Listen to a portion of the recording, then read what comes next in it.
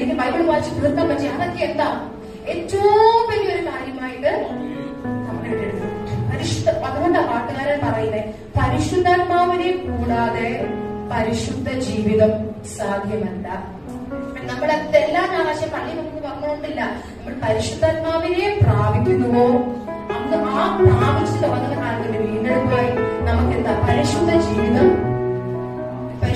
ചെയ്യുവാൻ എന്ത് ചെയ്യും സാധിക്കും. പിന്നെ കർത്താവ് പറഞ്ഞു തരും നമ്മുടെ ജീവിതത്തിൽ എന്ത് കാര്യം അവൻ പറഞ്ഞു തരും. നീ ഇങ്ങനെ ചെയ്യും, നീ അങ്ങനെ ചെയ്യും, എല്ലാം വരും. പക്ഷെ നീ ഇങ്ങനെ മറികടക്കാൻ കർത്താവ് നമുക്ക് വേണ്ടി പറഞ്ഞു. അതുകൊണ്ട് നമുക്ക് പ്രാർത്ഥിക്കാം, കർത്താവ് എന്നെ പരിശുദ്ധാത്മാവിനാൽ നിറയ്ക്കണേ. നമ്മുടെ ഈ ലോകത്ത് നടക്കുന്ന പല കാര്യങ്ങളും, എസ്പെഷ്യലി കേരളത്തിൽ നടക്കുന്ന പല കാര്യങ്ങളും കണ്ടറിയുന്ന കർത്താവിന്റെ വരവ് അടുത്തുകൊണ്ടിരിക്കുകയാണ്.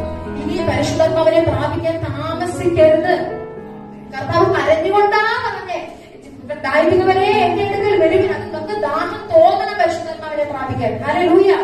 നമുക്ക് എന്ത് ചെയ്യണം? പരിശുദ്ധനെ പ്രാപിക്കാൻ ദാഹം തോന്നണം. അതുകൊണ്ട് നമുക്ക് പ്രാർത്ഥിക്കാം. അപ്പാ എല്ലാവരും കണ്ണു നടച്ചട്ടെ. അപ്പാ കർത്താവ് ഞങ്ങളെ പരിശുദ്ധാത്മാവിനാൽ നിറയ്ക്കണമേ. കർത്താവെ ഞങ്ങളെ പരിശുദ്ധാത്മാവിനാൽ എല്ലാവരും പ്രാർത്ഥിച്ചോട്ടെ. ആരും വായ്പൊണ്ടിരിക്കരുത്, എല്ലാവരും പ്രാർത്ഥിച്ചോട്ടെ.